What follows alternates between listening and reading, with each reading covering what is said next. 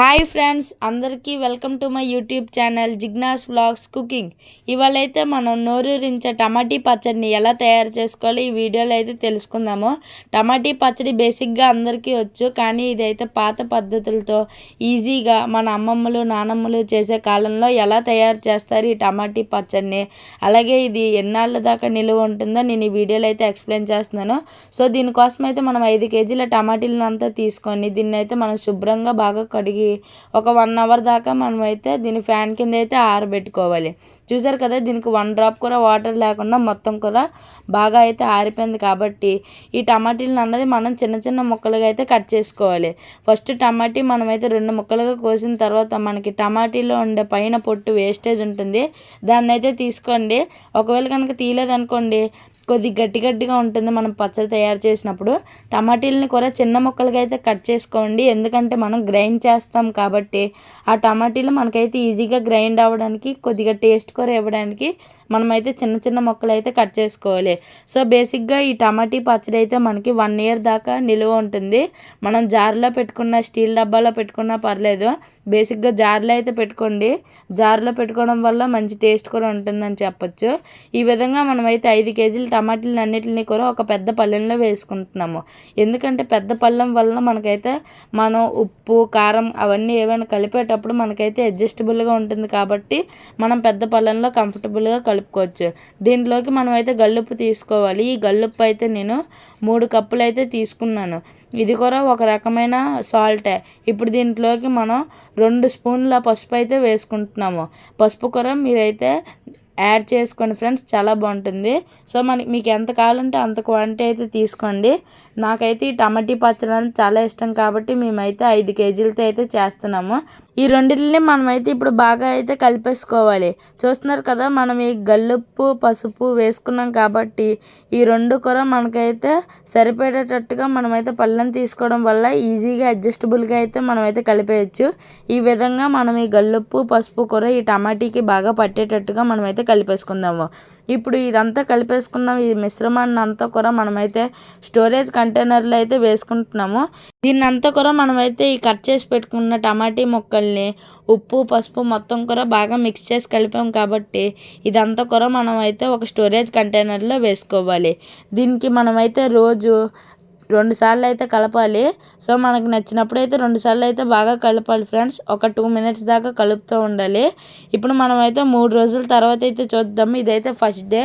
ఇప్పుడు 3 డేస్ తర్వాత చూస్తే ఈ టమాటీ పచ్చడి అన్నది కొద్దిగా డిఫరెంట్గా ఉంటుంది. మీరు చూస్తున్నట్టయితే ఇదైతే లిక్విడ్ స్టేట్లోకి అయితే కొద్దిగా వచ్చేసి టమాటీలంతా కూడా లిక్విడ్ అయితే వదులుతుంది. ఆ లిక్విడ్ కూడా మనకైతే చాలా మంచిది. ఇప్పుడు మనమైతే దీన్ని ఒకసారి బాగా అయితే కలిపేసుకుంటున్నాము. ఇప్పుడు చూస్తున్నారు కదా ఫ్రెండ్స్, మనమైతే కన్నాల గిన్నె అయితే తీసుకోవాలి. దాని కింద మనమైతే ఒక పెద్ద గిన్నె లాంటిది అయితే తీసుకోండి. ఇప్పుడైతే మనం 3 రోజుల తర్వాత ఈ టమాటీ పచ్చడి అనేది ఇలా ఉంది కదా, దీన్ని అయితే మనం కన్నాల గిన్నెలోకి అయితే వేసుకుందాము. మొత్తం వేసుకోండి ఫ్రెండ్స్. మీరైతే కన్నాల గిన్నె కూడా కొద్దిగా పెద్దగా ఉండేటట్టు చూసుకోండి.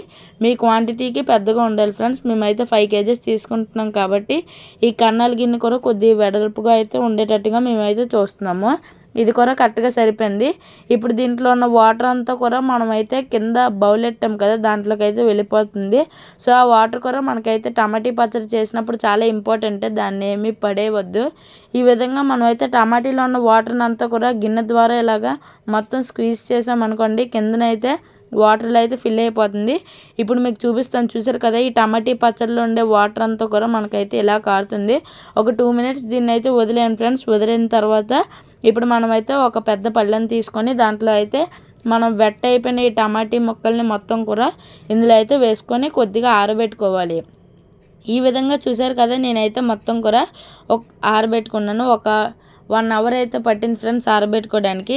ఇప్పుడు దాని తర్వాత ఎండ వచ్చినప్పుడు మనమైతే ఈ టమాటీ పచ్చడిని అయితే ఎండ ఉన్నంతసేపు, అంటే మధ్యాహ్నం నుంచి సాయంత్రం దాకా అయితే మనమైతే ఎండలో అయితే దీన్ని ఆరబెట్టుకోవాలి. అలాగే నీళ్ళని కూడా మీరైతే ఆరబెట్టుకోండి. ఇప్పుడు మనం టమాటీ పచ్చడిలో వచ్చే నీళ్ళు ఉన్నాయి కదా, ఇదే అన్నమాట ఈ నీళ్ళు.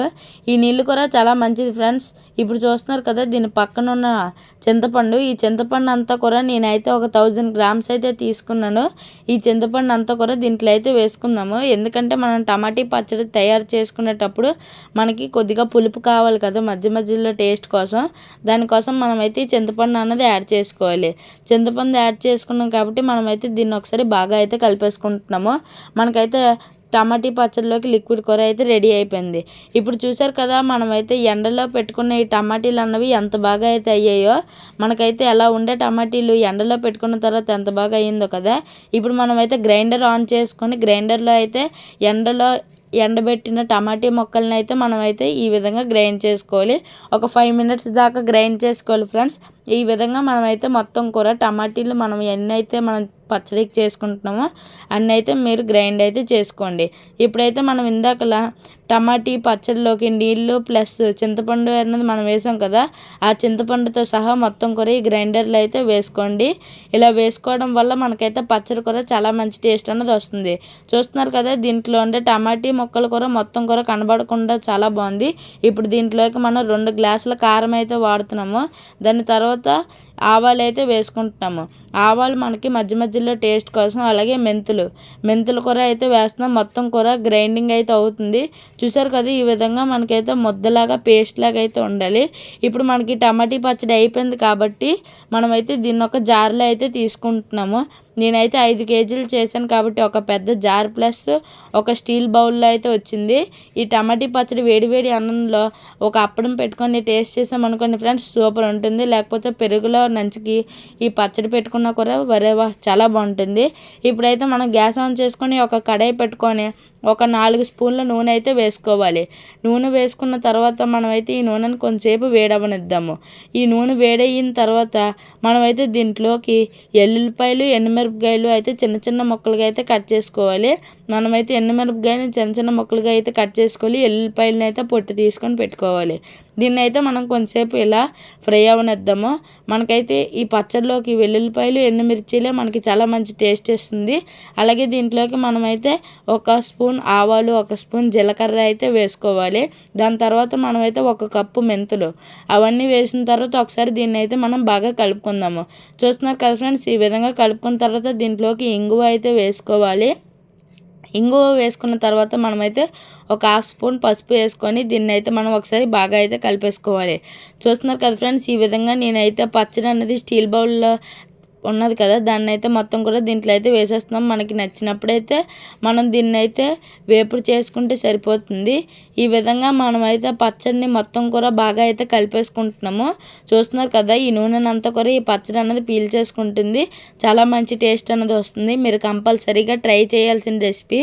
సో మీ అందరికీ ఈ టమాటీ పచ్చడి నచ్చినట్టయితే like, share and subscribe to my channel. Bye.